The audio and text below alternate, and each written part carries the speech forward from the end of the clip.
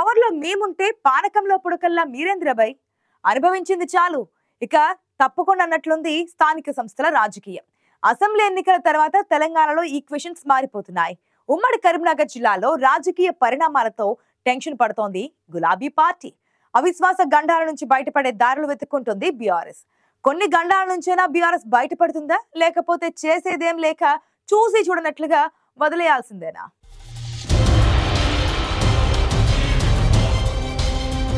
Power చేతిలో ఉంటే మంత్రదండం తిప్పొచ్చు, తిమ్మిని బమ్మిని చేయొచ్చు, కుర్చీలు కదిలించేయచ్చు. అసెంబ్లీ ఎన్నికల దాకా ఒక లెక్క, ఇప్పటి నుంచి మరో లెక్క అన్నట్లుంది తెలంగాణ రాజకీయం. పెద్ద పెద్ద నేతలే పొలిటికల్ ఫ్యూచర్ కోసం కండువాలు మార్చేస్తుంటారు. అలాంటప్పుడు కుర్చీల కిందికి నీళ్లొస్తుంటే కింది స్థాయి నేతలు గోడ దుక్కుండా ఉంటారా?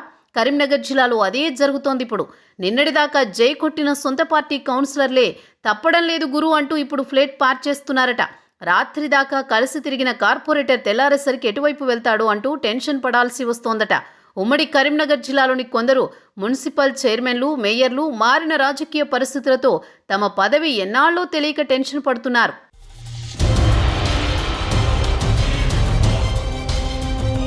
రాష్ట్రమంతా అవిశ్వాసాల రాజకీయాలు మొదలయ్యాయి. పదవీ గండం వెంటాడుతుంటే తమ వంతు ఎప్పుడొస్తుందోనని గత ప్రభుత్వంలో పీఠాలెక్కిన వారు ఉక్కిరిబిక్కిరవుతున్నారు. ఉమ్మడి కరీంనగర్ జిల్లాలో ఇప్పటికే జమ్మికుంట మున్సిపాలిటీలో అవిశ్వాస రాజకీయం రాజుకుంది. కాంగ్రెస్, బీఆర్ఎస్ పార్టీలు రెండూ క్యాంపు పాలిటిక్స్ చేయాల్సిన పరిస్థితి వచ్చింది. అవిశ్వాసం పెట్టాలని ఓ వర్గం నోటీసులు ఇస్తే లేదు లేదు పెట్టొద్దు అంటూ మరో వర్గం జిల్లా కలెక్టర్ని కలిసి తీర్మానం కాపీ అందించింది. జమ్మికుంటలో పట్టు కోల్పోకుండా నేరుగా హుజూరాబాద్ బీఆర్ఎస్ ఎమ్మెల్యే కౌశిక్ రెడ్డి తానే దగ్గరుండి శిబిరానికి కాపలా కాయాల్సిన పరిస్థితి ఏర్పడింది.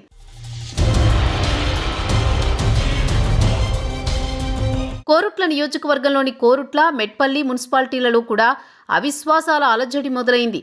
కోరుట్ల మున్సిపాలిటీ వైస్ చైర్మన్, కొందరు కౌన్సిలర్లు బీఆర్ఎస్ పార్టీకి గుడ్ బై చెప్పి కాంగ్రెస్ కండువా కప్పుకున్నారు.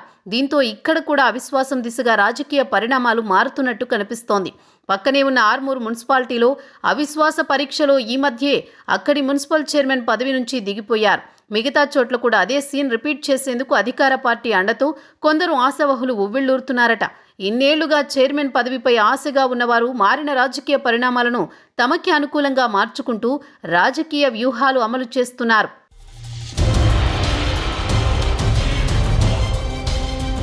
రామగుండం మున్సిపల్ కార్పొరేషన్లోనూ ఇదే పరిస్థితులున్నాయట. నివురుగప్పిన నిప్పులా ఉన్న రాజకీయాలు ఎప్పుడు తమను ముంచేస్తాయోనన్న ఆందోళన బీఆర్ఎస్ నాయకుల్లో ఉంది. తాము గెలిచిన చోట, తమకి పట్టున్న చోట అవిశ్వాస రాజకీయాలతో బలం కోల్పోయే ప్రమాద సూచికలు కనబడుతుండటంతో గులాబీ పార్టీ అలర్ట్ అయింది. ఎట్టి పరిస్థితుల్లో తమ కౌన్సిలర్లు, కార్పొరేటర్లు చేజారకుండా చూసుకునేందుకు నానా కష్టాలు పడుతున్నారు కొందరు బీఆర్ఎస్ నేతలు. ప్రతి ఒక్కరితో ప్రత్యేకంగా మాట్లాడుతూ భవిష్యత్తు మనదేనని భరోసా ఇస్తున్నారట. అయితే ఇంత చేసినా తెల్లారేసరికి ఎక్కడికి వెళ్తారో, ఏం చేస్తారో అనే ఆందోళన మాత్రం వీడడం లేదట.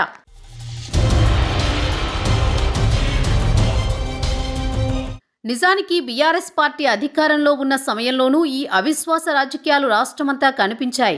కానీ ఇప్పుడు పరిస్థితులు వేరు. అసలే అసెంబ్లీ ఎన్నికల్లో ఓడిపోయారు. పార్లమెంట్ ఎన్నికల ముందు బలం కోల్పోతే రాజకీయంగా మరింత నష్టపోయే ప్రమాదం ఉంది. అందుకే అవిశ్వాస రాజకీయాలు, నేతల ఫిరాయింపులపై బీఆర్ఎస్ ఎక్కువ ఆందోళన పడుతోందన్న చర్చ జరుగుతోంది. క్షేత్రస్థాయిలో బలం మరింతగా పెంచుకునేందుకు కాంగ్రెస్ కూడా ఈ పరిణామాలను తమకి అనుకూలంగా మార్చుకునే అవకాశం ఉంది. మరి ఉమ్మడి కరీంనగర్ జిల్లాలో ముంచుకొస్తున్న అవిశ్వాస తుపానుని ఎంతమంది తట్టుకుని నిలబడతారో, అది ఎంతమంది పదవులను ముంచేస్తుందో అంచనాలకు అందడం లేదు. పార్లమెంట్, స్థానిక సంస్థల ఎన్నికల వరకు ఏ పార్టీ నాయకుడు ఏ కండువా కప్పుకుంటాడో, ఏ నాయకుడు ఏ పార్టీలో ఉంటాడో తెలియని పరిస్థితిలో ఉంది ఉమ్మడి కరీంనగర్ జిల్లా రాజకీయం.